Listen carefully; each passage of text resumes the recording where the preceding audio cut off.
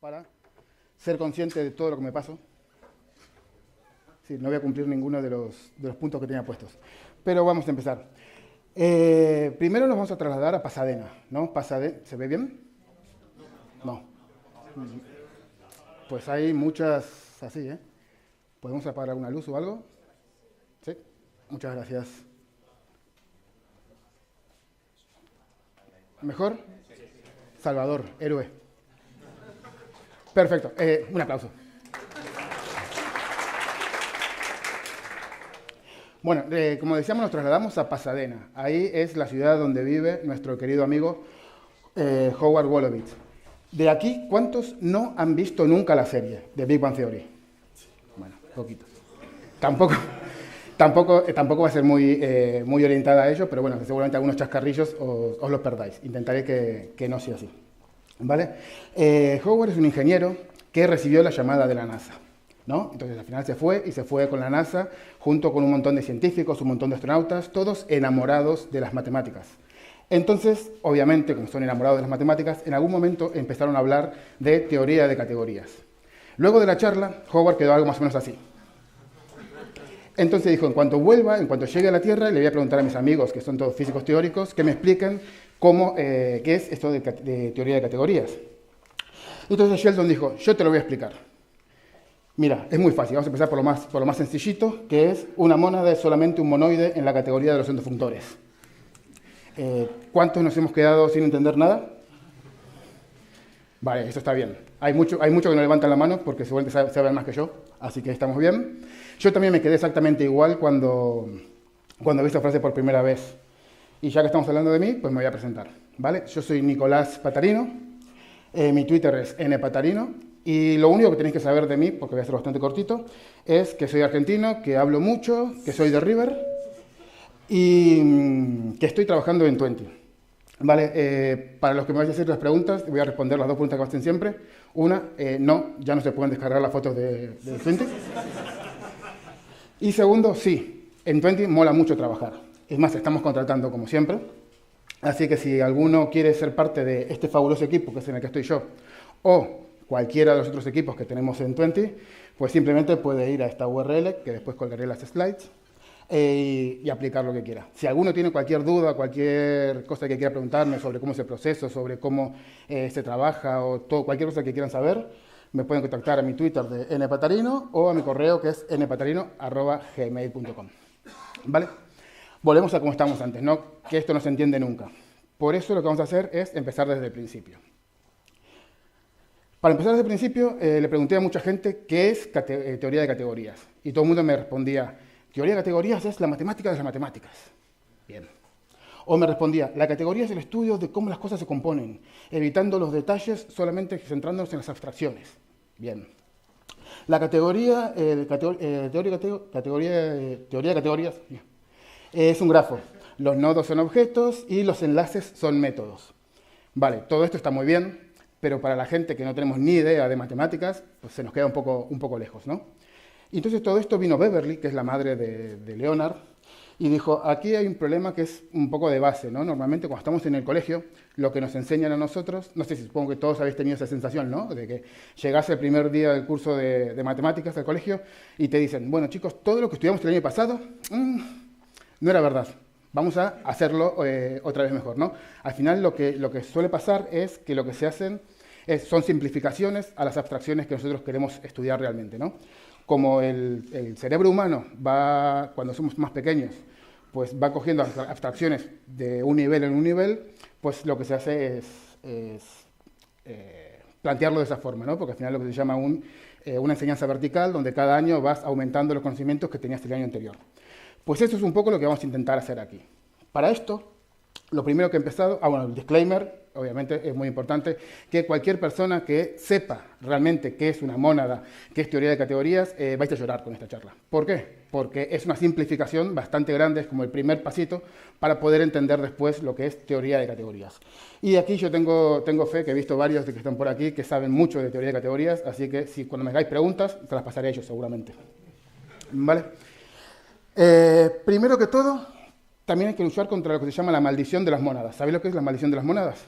Es una teoría que definió un tal Crockford, que dice que una vez que coges la epifanía y una vez que entiendes y una vez que dices, ah, esto es una mónada, ya perdés cualquier habilidad para explicarlo.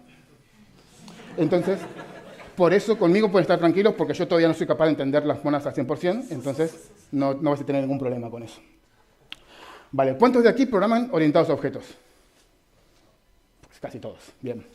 Vale, ¿qué es lo que hacemos en programación orientada a objetos? Pues principalmente lo que solemos hacer es coger problemas, los descomponemos en problemas más pequeños y luego esos problemas más pequeños, esas soluciones más pequeñas, las vamos juntando, ¿no? Para tener un programa. Eso nos lleva a los patrones de diseño. Los patrones de diseño son como soluciones. ¿Sabéis lo que son los patrones de diseño? ¿Quién no sabe lo que es un patrón de diseño? Vale.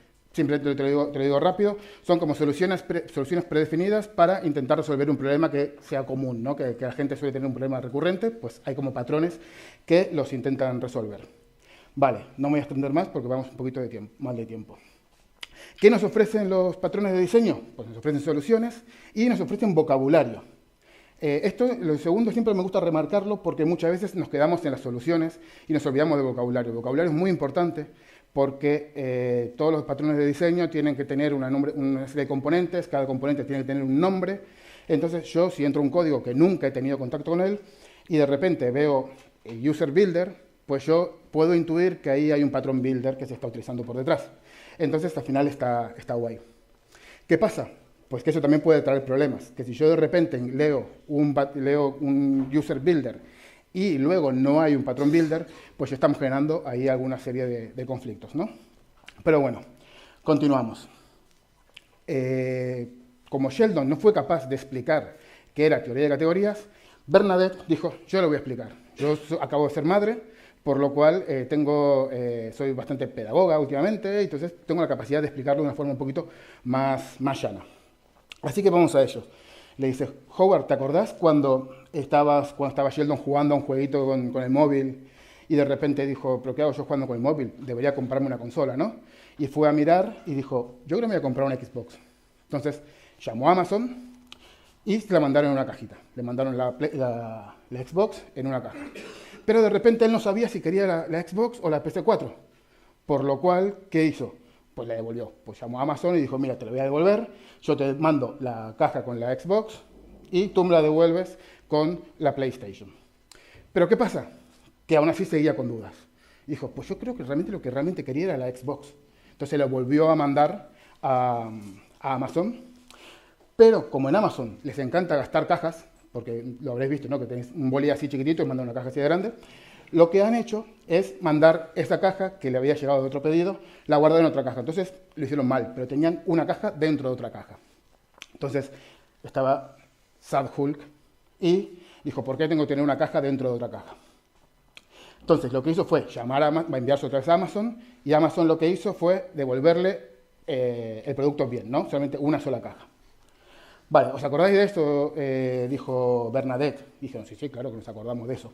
Vale, pues simplemente el proceso de tener una caja con algo dentro, que yo le aplico una transformación y me devuelve esa misma caja con otra cosa dentro, eso es un functor. ¡Boom! Por ejemplo, ¿cuántos de aquí conocen lo que es el objeto option?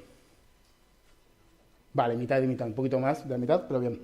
Vale, el objeto option es un objeto que solamente puede tener dos valores. Un valor, bueno, casi, que puede tener o nada o un objeto, ¿no? En este caso, nosotros vamos a decir que tiene el objeto house, ¿no? Eso significa que este tipo option house, cuando yo vaya a acceder a él, puede haber una casa o puede no haber nada. Entonces, un ejemplo podría ser que yo tengo option house y tengo otro tipo que es un option de money, ¿no? Lo que quiero hacer es cómo llegar de un sitio a otro. Lo que puedo hacer es, para llegar de option house a option money, puedo vender la casa, ¿no? Al final yo tengo un método que lo que va a hacer es convertirme de option house a option money. Entonces, todo este conjunto es lo que se llama functor. Pero además, si lo que tengo es la caja dentro de la caja que dentro tenía la Xbox, eso no es algo que queramos utilizar normalmente, ¿no? Entonces, para eso hay un método que te dice, vale, simplifícame todo esto y déjame solamente una sola caja, porque no quiero estar trabajando con cajas dentro de cajas. ese método le llamamos flatmap, y todo ese conjunto es una mónada. Boom, también. Vale, todo esto llega a Amy y dice, vale, esta explicación ha sido demasiado sencilla, ¿no? Esto como que ha sido muy trivial. Yo, que me acabo de hacer un cursillo de Kotlin, lo que voy a hacer es explicarlo un pasito más allá. Vale, para todo eso tenemos que empezar hablando de algo que se llama composición. Esto seguramente os acordaréis todos de matemáticas, de cuando estamos en primero, eso que no hacíamos ni caso, pues ahora vuelve otra vez aquí. Son conceptos bastante sencillitos. La composición. La composición es que si yo tengo un n de x compuesto de un n de y, podría ser un n de xy, ¿no? Visto de otra forma, sería que si yo tengo un tipo A y tengo un tipo B, y conozco cómo ir de A a B, y tengo un tipo C, y conozco cómo ir de B a C, puedo decir que sé ir desde A hasta C, porque puedo componer funciones. En este caso sería, si yo tengo un método getBottle que me devuelve una botella, tengo un método fillGlass que recibe una botella, pues lo que puedo hacer es crear un método que me llame getBottle and fillGlass, ¿no? Porque eso es la composición. Luego tenemos otro concepto que es el closure operator, que lo único que hace, esto es muy sencillito, lo único que hace es un método que recibe un tipo, recibe como input un tipo y devuelve el mismo tipo. Es decir, yo tengo un método que recibe un tipo A y me devuelve un tipo A. Un ejemplo, tengo un método $2 que recibe dólares de un int y me devuelve un int. En este caso, semánticamente significará euros, pero recibe un int y devuelve un int. Luego tenemos otro concepto que es la associativity, ¿no? La associativity es, yo tengo H compuesto de G compuesto de F, debería ser igual que H compuesto de G compuesto de F, ¿no? Que al final es mucho más trabalenguas que otra cosa, porque son cosas bastante fáciles de entender, ¿no? Yo tengo la suma de 3 y la suma de 4 y 5 debería ser igual que la suma de 3 y 4 más 5. Al final eso es como de primero, ¿no? Lo que pasa, lo bueno que tiene es que todas estas reglas matemáticas se pueden extrapolar al desarrollo y lo iremos viendo de a poquito. ¿Vale? Y el último concepto, también muy sencillo, que vamos a tratar, es la identidad. La identidad es, yo tengo un tipo A y me devuelvo a mí mismo, ¿no? Sigo siendo yo. ¿Eso qué significa? Que si yo tengo una F y le aplico la función identidad, me va a volver a dar F. Y si yo tengo una identidad y le aplico F, me vuelve a dar F, ¿no? Al final es bastante sencillo. Por ejemplo, para cada uno de los tipos, para cada tipo que nosotros definamos, va a haber un tipo de identidad distinto. En el caso de los strings, la identidad es la cadena vacía. Si yo a Bigman Category Theory le añado una cadena vacía, me devuelve la misma cadena que le metí, ¿no? Con los números también. Yo tengo un 2019, le sumo 0 y me devuelve lo mismo que tenía antes. Pues entonces, en este caso, el plus con el 0 es la identidad, ¿vale? Vamos a hablar de type classes. Vale, ¿qué son las type classes? Si volvemos y recordamos algo, yo creo que esto, si yo digo que las type classes son patrones de diseño, la gente de funcional me va a matar, pero como estamos aquí entre confianza, no pasa nada, ¿no? Así como los patrones de diseño en programación orientada a objetos nos ofrecían soluciones y nos ofrecían vocabulario, aquí nos va a ofrecer lo mismo, pero con un poquito más, porque también nos va a ofrecer leyes matemáticas. Al final, todo esto que acabamos de ver, estas 3, 4 conceptos que hemos visto, se pueden hacer fácilmente testeables, ¿no? Podemos crear un test, que es algo muy sencillo, muy fácil, y después poder seguir aplicándolo. Ahora veremos un poco cómo, ¿no?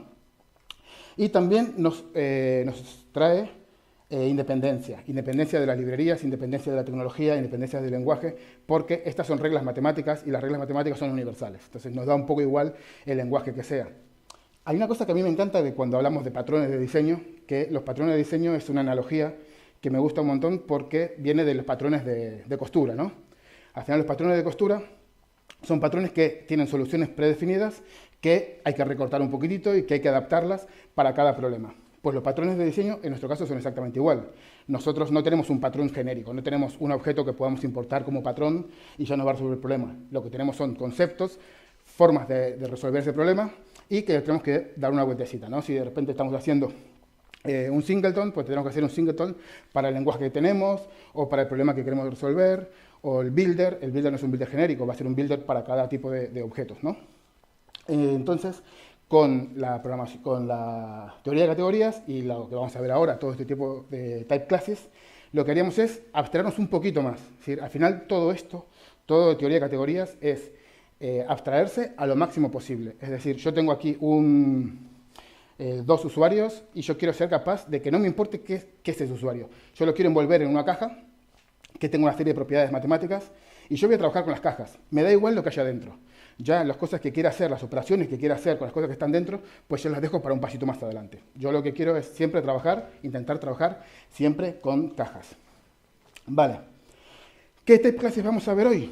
Pues vamos a ver monoides, functor, aplicativo y monad. O como salgamos sabiendo todas estas, crema. Monoides. Monoides es fácil. Monoides es un objeto es una categoría de un objeto. Al final, lo único que hay que hacer a nivel de código es algo que implemente una interfaz que tenga un método combine, ¿no? Que reciba dos cosas del mismo tipo y te devuelva una tercera, o lo que sea, ¿no? Recibe dos tipos A y te devuelve un tipo A. Simplemente eso. ¿Qué leyes matemáticas tiene? Pues tiene el closure operator, propiedad asociativa, identidad y demás, que aquí, bueno, están un poco definidas cómo sería, ¿no? El money, combine de money, recibe money y devuelve money. Vale, la propiedad asociativa, A compuesto de B compuesto de C es igual de A compuesto de B y C, que a nivel de código se traduciría algo un poco más cercano, ¿no? De A combine B combine C, podría ser traducido a A combine B combine C. Yo os estoy señalando si tengo esto que mola un montón. Y la identidad, ¿no? La identidad simplemente es que tengo A, lo combino con A con la identidad y me devuelve A, tanto por un lado como por el otro. ¿Vale? Podemos crearlo como a nivel de interfaz, ¿no? Esto que estamos viendo en Kotlin, que es lo que trabaja Amy. Podemos crear una interfaz, ¿no? Nos creamos una interfaz que tenga un método combine y que tenga un método empty. Luego aquí, esto simplemente por un poco de syntactic sugar que nos ofrece Kotlin. No sé si sabéis lo que son las funciones de extensión de Kotlin. ¿Quién conoce Kotlin? Vale, hay mucha gente que no conoce Kotlin, así que voy a hacer un par de paraditas. Espero que no me irme mucho de tiempo. Vale, aquí tenemos dos cositas interesantes que podemos resaltar. Primero, este f.plus. Este f.plus es una función de extensión. Lo que hacemos es que a cualquier tipo f que tengamos ahí, que tengamos definido como genérico, yo le estoy creando una función. Vamos a poner un poco de ejemplos más concretos que puede ser más fácil de entender. Si f fuera una string, yo lo que haría es estar añadiendo el método plus al string. ¿Y qué pasa? Recibo otro string, ¿no? Porque al final esto es un plus que recibe otro string. Esto simplemente se puede hacer para un montón de cosas. Yo lo utilizo bastante para mappers, lo uso bastante para añadirle funcionalidad a librerías a las cuales no tengo acceso y demás. Y luego también tenemos aquí el operator, que además seguramente para la televisión mole más el circulito este. El operator, que lo que va a hacer es decirme para un determinado operador, que en este caso es el plus, puedo hacer f.plus o f más, con el símbolo más, que simplemente es un syntactic sugar, ¿no? Vale. ¿Por qué cuento esto? Bueno, aquí lo tenía puesto, mira, monoid A combine monoid B, o también puedo poner monoid A más monoid B. Esto simplemente es por haber puesto el operator delante. Vale. Lo que vamos a hacer es crearnos dos implementaciones, una del monoide, ¿no? Una implementación de string y una implementación de int. Son bastante sencillas, lo único que dijimos que teníamos que implementar era el método combine y el método empty. Entonces, combine, en este caso lo que voy a hacer es concatenar dos elementos. En el empty le voy a pasar el elemento vacío y aquí abajo en el combine lo que voy a hacer es sumarlos, porque es un int, y el elemento vacío va a ser un 0. ¿Vale? Con esto, si vemos aquí arriba, esto es lo que habíamos puesto antes, que son las leyes matemáticas.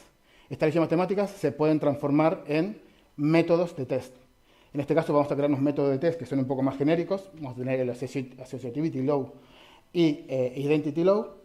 Simplemente lo definimos y lo bueno que tiene esto es que una vez que lo escribís, ya no tenéis que escribirlo nunca más. ¿Por qué? Porque cualquier cosa que vos quieras que sea un monoide tiene que respetar esto. Simplemente le añadir interfaz y le pasas a este test que tiene que cumplir estas leyes. Si no lo pasas, pues significa que no es un monoide.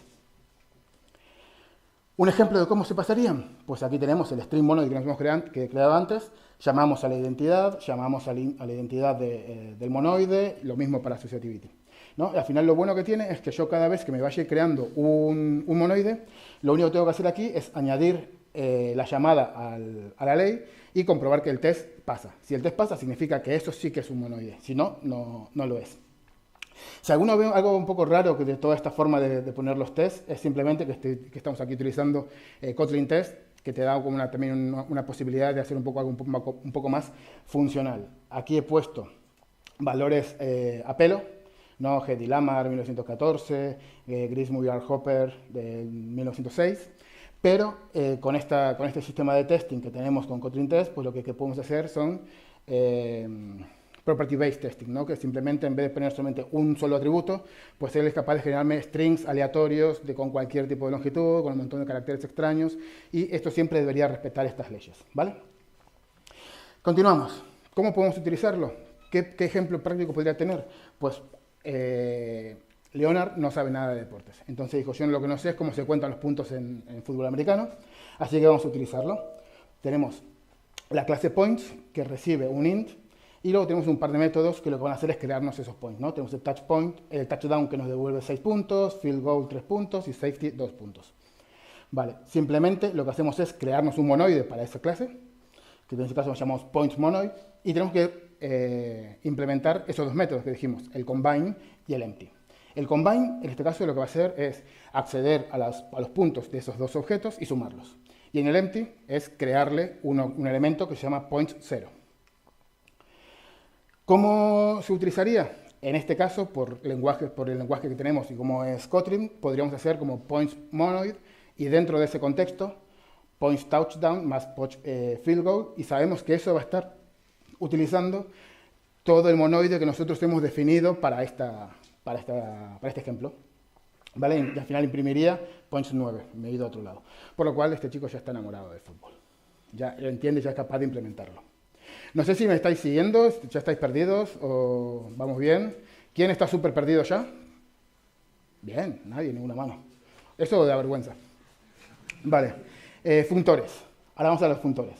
Los functores los podemos resumir como transformers, no los de estos de los cochecitos, sino transformers que transformadores, ¿no? Que convierten una cosa en otra. ¿Para eso qué necesitamos? Necesitamos que para que un funtor sea funtor necesita un método map.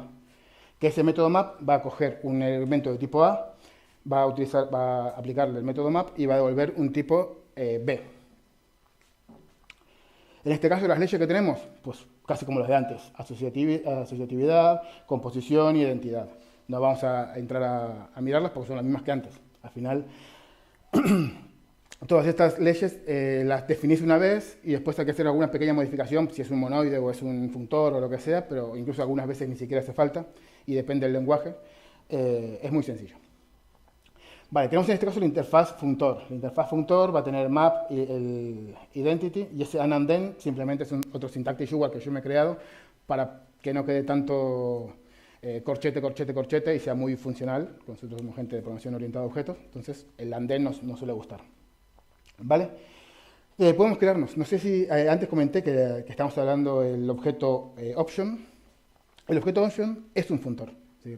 Aunque nosotros no lo conozcamos como tal, es un funtor. ¿Por qué? Porque es algo que me está almacenando un valor, es una caja que tiene un valor, un usuario, por ejemplo, y nosotros podemos aplicar una función para convertir ese option de usuario en otro tipo de option, ¿no? En un option de usuario validado, o de correo, o de Twitter, o lo que nosotros queramos.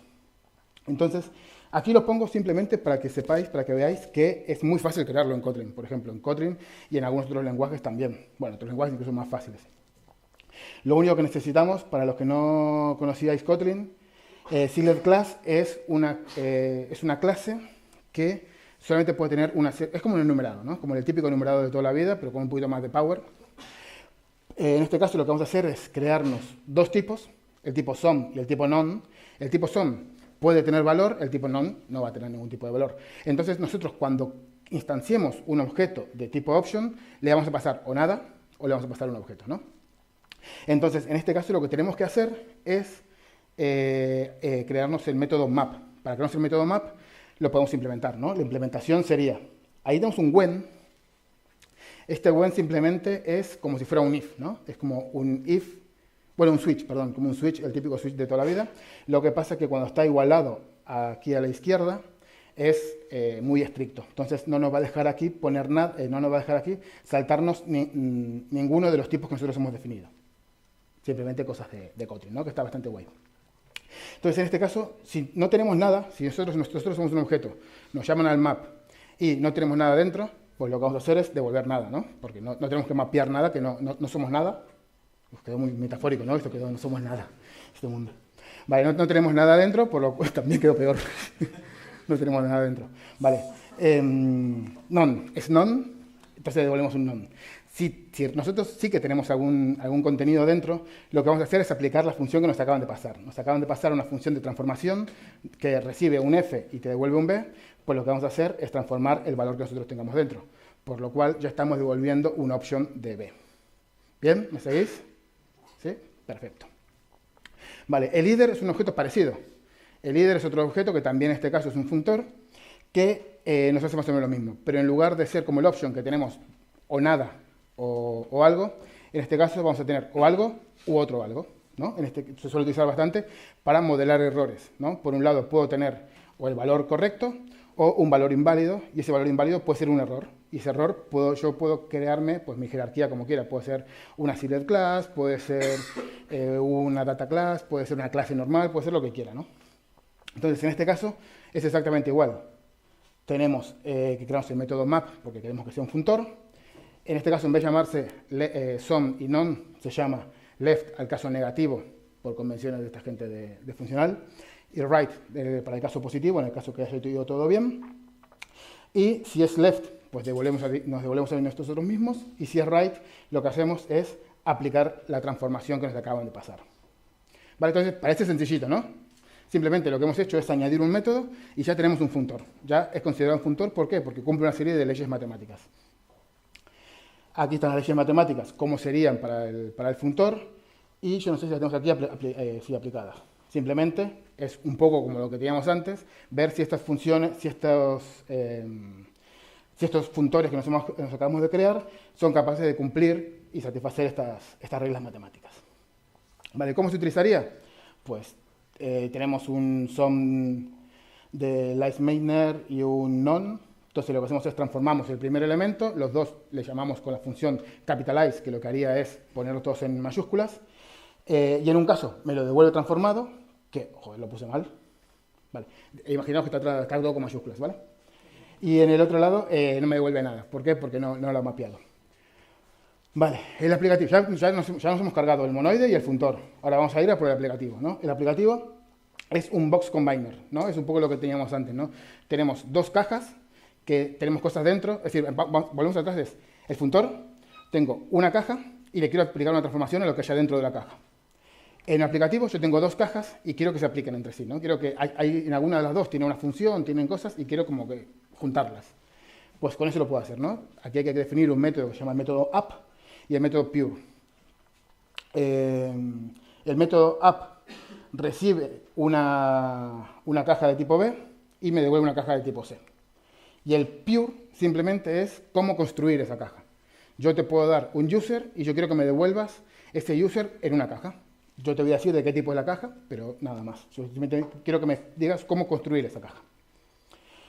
Esto tiene muchísimas más leyes matemáticas, pero tampoco hace falta que las analicemos todas ahora porque realmente no tiene mucho sentido para esta charla, ¿no? Pero sí que nos vamos a crear el método pure y el método up. En este caso lo que vamos a hacer es al objeto option que teníamos antes, le vamos a decir que ahora también, además de ser un funtor, también va a ser un aplicativo. Entonces, para que sea un aplicativo, lo que tenemos que hacer es añadirle estas dos funciones. La función pure, que como dijimos que la función pure lo que tenía que hacer era simplemente construir esta caja, pues si yo recibo una, lo que voy a hacer para option es meterlo en some, ¿no? Porque si recibo algo, pues lo meto en some. Luego tenemos el método app, y este método app está muy bien porque aquí es cuando yo me puse a desarrollarlo y decir, ¿cómo coño hago esto? Pero lo bueno que tiene todo este desarrollo es que si compila funciona. ¿Sí? Lo que hay que hacer es buscar que compile. Simplemente decís, vale, ¿cómo soy capaz de...? Vamos a ponernos aquí, ¿no? Vale, yo llego aquí y digo, tengo dos opciones. ¿no? Porque estoy recibiendo un objeto, en este caso es un option, puedo tener un some o un none. Si tengo un none, eso es fácil. Siempre, el none siempre es fácil, devuelvo casi siempre un none, ¿no? Vale, en el some, pues en el some tengo otro when, que estoy recibiendo es otra caja, por lo cual si tengo otra caja de option, pues le voy a hacer otra vez un some y un none. Y en este caso dije, vale, yo ahí ya no tengo, no sé qué tengo. Tengo dos cosas, tengo la función que le acaba de pasar, que es ff, y tengo el value. Entonces vas combinándolos unos a otros hasta que compila, y una vez que compila decís, ya está. Te vas a dejar un poquito despacito, pasas los tests, y si pasan decís, ya está, ya tengo un aplicativo. Entonces está guay. ¿Cómo podríamos utilizarlo? Pues en este caso tenemos un... ¿dónde estamos? Aquí. Vale, tenemos un option de sum de Howard, que hemos cogido a Howard, le hemos metido en una caja, y tenemos una caja que tiene una función que te devuelve un doctorado. Entonces, en este caso, lo que haríamos es aplicar la caja de Howard y aplicarle si tiene ese doctorado y a ver si machea. Pues seguramente no, conociéndole, pero no hace falta desvelarlo aquí. Vale, y ahora vamos a hablar de mónadas. Esto es lo que mola. Que digo mónadas y no monadas. Esto es una monada y lo otro son mónadas, ¿vale? ¿Qué es una mónada? Simplificándolo muchísimo, es un box smasher, ¿no? Es lo que decíamos antes. Teníamos una caja dentro de otra caja. No he mirado el tiempo. Voy genial. Vale, es un box smasher, ¿no? Que al final lo que estamos haciendo, teníamos antes una caja dentro de otra caja con la Xbox, lo que queríamos es solamente una caja, nosotros no queremos trabajar con cajas dentro de cajas. Pues eso es lo que hace la mónada. Tiene un método flatmap, que lo que hace es, recibe una caja dentro de una caja de algo, bueno, un valor dentro de una caja que está dentro de una caja a su vez, hace flatmap y devuelve simplemente ese valor dentro de una sola caja. ¿Qué leyes tiene que cumplir? En este caso, asociatividad, composición e identidad. ¿Cómo sería la definición del contrato de este método? Pues una mónada de tipo A, flatmap, la transformación que nosotros queremos hacer, y una mónada de tipo B. Vale. La implementación, otra vez igual que antes. Si compila, funciona. Entonces, te metes aquí en el when, vas a recibir los dos valores, el some y el none. En el none vas a devolver a ti mismo. Y en el value, lo que vas a hacer es sacarte de la caja. Vos, como objeto this, sos una caja, tu valor dentro es el objeto value, por lo cual, si yo me saco de mi caja, cuando salga para arriba, ya voy a tener una cajita menos. No sé si me he explicado bien, pero supongo que el concepto se entiende. Vale, ¿qué puedo hacer con esto? Pues puedo hacer getOption.flatmap.flatmap.map. Todas estas operaciones son operaciones que me van a devolver cajas dentro de cajas, pero como yo no quiero trabajar con esas cajas dentro de cajas, pues yo simplemente les voy pasando flatmaps y automáticamente ellos se van pues, poniendo en las cajas una sola en cada línea. Vale, aquí vamos a hablar también un poquito de futuros. Los futuros, en algunos casos, podrían ser considerados mónadas. Si aquí lo he puesto para que no me regañen mucho la gente de funcional, porque son puros solamente si trabajan en memoria. Perdón, son mónadas si son consideradas funciones puras, ¿no? Las funciones puras, ¿sabéis lo que son? Funciones que no modifican nada del mundo exterior, ¿no? Al final, nosotros lo que hacemos es siempre desarrollamos un montón de aplicaciones con un montón de procesos y accedemos un montón de veces a base de datos, accedemos a escribir en pantalla, un montón de cosas. Todas estas cosas que modifiquen cualquier cosa que estén fuera de nuestro código, eso es un efecto secundario, ¿no? Es un efecto de lado. Entonces, las funciones puras lo que dicen es que nunca van a hacer ese tipo de cosas. Entonces, si nosotros solamente trabajamos con funciones puras, podemos considerar el future como una mónada. ¿Y por qué queremos hacer esto? Porque mola, porque al final todo lo que no sea trabajar con funciones que yo voy a... imaginaros que yo quiero acceder a un usuario y cada vez que accedo al usuario tiene que ir a la base de datos a escribir no sé qué, que has accedido a ese usuario. Vale, ese test, cuando yo quiero hacer un test de eso, no estoy seguro que siempre vaya a funcionar. ¿Por qué? Porque no tengo una dependencia solamente de que mi código esté bien, también tengo una dependencia para saber si esa base de datos en ese momento está disponible, si en esa base de datos tiene las tablas bien creadas, si esa base de datos es accesible, tengo como un montón de cosas que yo no tengo bajo mi control. Entonces, si yo puedo quitarme todas esas cosas y solamente trabajar con funciones puras, pues la vida es mucho más bonita. Problema, que nosotros no trabajamos, si nosotros las cosas que hacemos tienen que tener un reflejo en el mundo real, si no, ¿para qué lo hacemos? ¿No? Si al final tuviéramos que crear, comprar billetes para vuelos imaginarios, pues no haría falta que lo hiciéramos. Al final, en algún momento hay que llevar eso, a escribirlo a algún lado, ¿no? En lo que se intenta hacer en programación funcional es llevártelo a los dos extremos, ¿no? Es al extremo más abajo, más abajo, más abajo, que sea justo en el último momento que vayas a necesitar de escribir una base de datos, escribas ahí solamente ahí, nunca desde el principio, y al revés igual, cuando vayas a la parte de la vista, todas las capas que tú tengas, siempre intentar llevarte toda esa parte que vas a modificar el mundo real lo más alejado posible. Entonces solamente vas a tener esos típicos problemillas en las últimas partes. Vale, y yo creo que me he ido mucho de lo que estábamos hablando, pero bueno. Vale, tenemos el future. Al final lo que habíamos dicho antes, ¿no? Que para hacer un future tenía que tener el flat map, tenía que tener también ser un aplicativo y demás. Entonces aquí están todos los métodos que tiene que implementar el future para ser considerado un future. Vale. Aquí sería una implementación. Esta es una implementación random que está hecha con rutinas, que, bueno, cada uno puede hacerlo con rutinas o con la librería que quiera. 10 minutos. Bien. Vale, gracias. Vale, entonces, ya está. Amy dijo, ya está, ya expliqué absolutamente todo. Pero Penny dijo, yo sigo sin verlo. Yo también he estudiado matemáticas y yo te lo puedo explicar. Pero como yo soy más de la calle, pues yo te lo voy a explicar de otra forma. Yo lo que quiero es ver la practicidad de todo este tipo de cosas. Así que vamos a ver cómo es el daily usage de todo este tipo de type classes, ¿no? Vale. Primero, lo que vamos a encontrar son problemas que tenemos, ¿no? Problemas que queremos solucionar. Al final dijimos que, aunque la gente de funcional nos vaya a matar, son como si fueran patrones de diseño, ¿no? Transformaciones. Pues eso es bastante claro, lo hemos estado hablando durante todo el día, que lo que necesitamos es un funtor, ¿no? Si nosotros tenemos un usuario y queremos convertir ese usuario en Twitter, pues podemos utilizar un funtor, ¿no? Tengo el option de user y me cojo el Twitter, ¿no? Si existe un usuario me va a devolver el option, en este caso de npatarino, o si no tengo nada, me va a devolver un none. ¿Vale? Este es un ejemplo bastante facilito. Voy a agarrar un poquito de agua. No era mentira eso que hablo mucho, ¿eh?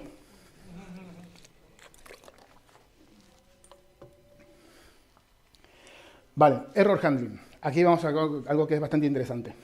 Nosotros normalmente en programación orientada a objetos, ¿cómo solemos trabajar con las excepciones? Algo así más o menos, ¿no? Yo tengo un try, aquí yo sé que aquí este repositorio, este getMovie, me puede devolver una excepción, aquí la capturo y devuelvo lo que sea, ¿no? Al final estoy capturando una excepción bastante genérica, pero bueno, ¿puedo mejorarlo? Sí, puedo mejorarlo y en lugar de utilizar una excepción bastante genérica, lo que voy a utilizar es una excepción un poco más específica, ¿no? En este caso, puedo ser capaz de diferir de qué tipo de excepción estoy teniendo. O incluso puedo ir un pasito más allá y lo que hago es crearme mis propias excepciones, ¿no? Me creo mis propias excepciones y digo, vale, cuando vaya a la base de datos y no encuentre la movie, pues voy a lanzar un not movie exception. Vale, pero ¿qué pasa con las excepciones? Las excepciones son caras.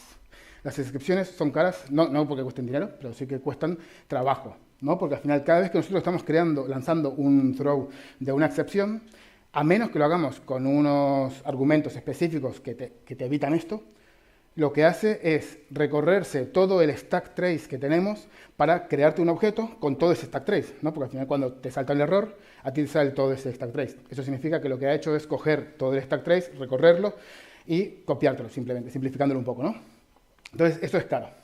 Pero ¿qué pasa? Que también existen las unchecked exceptions. Unchecked exceptions son excepciones que no hace falta que es decir, que no son las que te fuerzan a que tengas que gestionarlas. ¿Qué pasa con eso? Si es mi código y tengo la suerte de que somos personas majas y simpáticas y demás, pues alguien te habrá avisado de que esta función te puede dar una excepción. Pero ¿qué pasa si estás trabajando con una librería, con algún agente externo que no sos capaz de saber cómo trabajan esas personas, ¿no? Una de dos, o decís a todas las llamadas que voy a hacer, las voy a rodear con un try catch por si falla, o el otro lado, ¿no? Voy a decir, bueno, lo que voy a confiar es que todo sea gente madura y que no estén teniendo excepciones. Al final no sabes, ninguna de las soluciones es buena, porque no sabes exactamente qué es lo que va a pasar. Luego también no tenemos jerarquías, al final tenemos una exception, no hay una buena jerarquía de cómo modelar esos tipos de errores que uno suele tener. El flow que tenemos es mucho más complejo el que generamos, ¿no? Porque al final tenemos que estar haciendo un montón de veces try catch, en ese catch intentar solucionar y ver si tomamos la decisión en ese momento o la seguimos relanzando hacia arriba y demás, pues hace que sean un poco más complejos los flows. Y, como su propio nombre indica, a mí me encanta decir esto, más rápido. Esto, como me encanta decir esto, las excepciones deberían ser excepcionales, ¿no? Entonces, ¿qué podemos hacer? Pues aquí podemos utilizar nuestro data type que habíamos creado antes como el header, ¿no? En este caso, en lugar de... ¿Dónde está aquí la definición? Aquí. En lugar de devolver un movie que pueda tirar una excepción, lo que hacemos es devolver un header, que puede ser que sea un error o que sea un usuario correcto. Al final, después, incluso a la hora de utilizarlo, es bastante más intuitivo, porque aquí podemos decir, vale, si ha ido todo bien, que es right, handle success, ahí gestiona lo que quiera, y si no, handle error. Al final te queda un código bastante bonito y es muy fácil de hacer el cambio que tenemos. Vale. Independencia también está aquí. No, pero no seas malos. Validaciones. Aquí las validaciones es una forma de, independencia.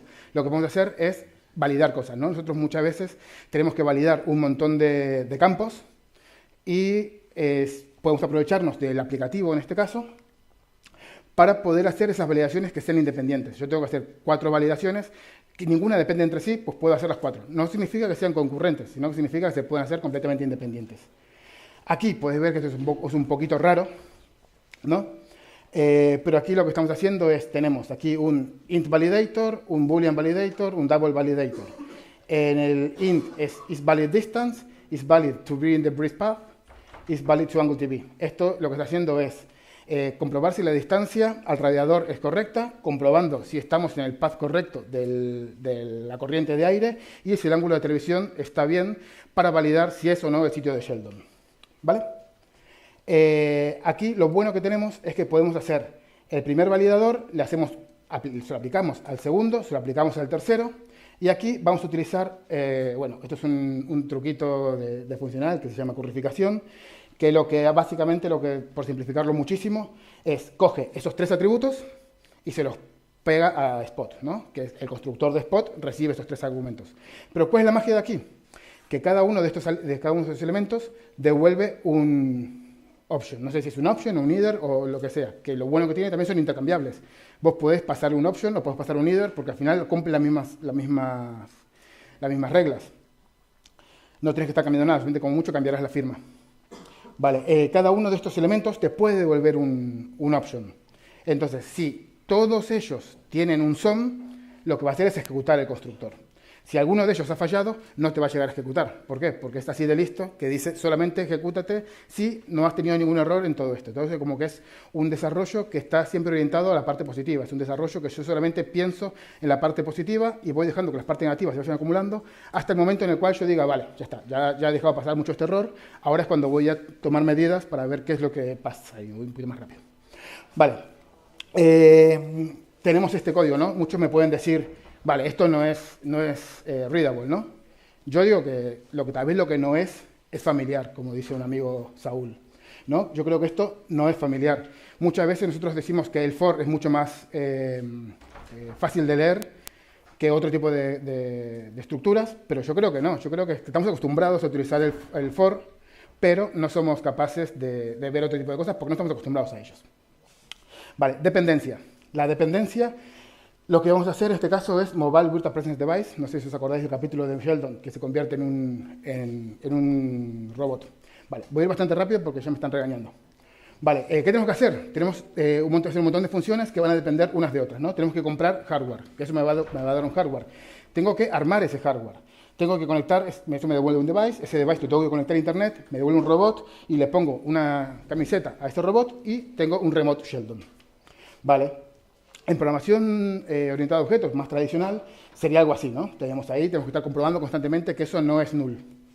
Vale, entonces aquí lo que podemos hacer con las funciones de flatmap de una mónada, vamos aplicando flatmap. Lo que estamos haciendo es achicar constantemente, como decíamos, esas cajas y podemos llamar una detrás de otra. Y me vais a decir, joder, pues esto no es nada bonito. Digo, coño, porque tiene un montón de líneas. Lo que puedo hacer es meterlas todas en una, ¿no? No, mentira. Eso nunca es bueno. Lo que podemos hacer es utilizar otra técnica de programación funcional que se llama for comprehension, modal comprehension, que lo que hacemos es directamente cada vez que estamos llamando un método, el siguiente va a recibir ese método. Al final es una forma mucho más limpia de llamar a eso. Ya estoy terminando. Entonces, si queréis saber más de esto, podéis utilizar la librería de Arrow, que es una librería que han creado la comunidad de Android para llevar el mundo funcional a Kotlin. Y ya estamos aquí terminando. Primero que todo, agradecer a las 3 chicas que nos han explicado programación funcional, que nos han explicado teoría de categorías. Y para terminar, ya podemos decir que no hace falta saber, si quieres ser carpintero, no hace falta que sepas trigonometría avanzada. Si vas a ser minero, no hace falta que sepas de biología avanzada. Si vas a hacer un toilet para el baño, no hace falta que sepas mucho de caca. Lo importante es que si lo sabes, pues seguramente puedes aprovechar un poco mejor lo que es todo esto. Y para terminar, simplemente decir que ahora vamos a explicar lo que son los prepomorfismos zigostomórficos, que es el Johnny-Dalema, y la categoría monoidal simétrica. Bazinga, otra vez una de las típicas bromas de Sheldon.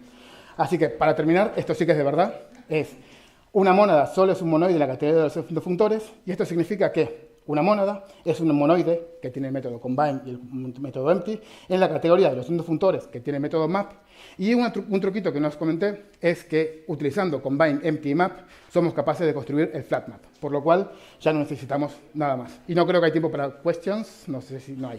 Vale. Muchas gracias.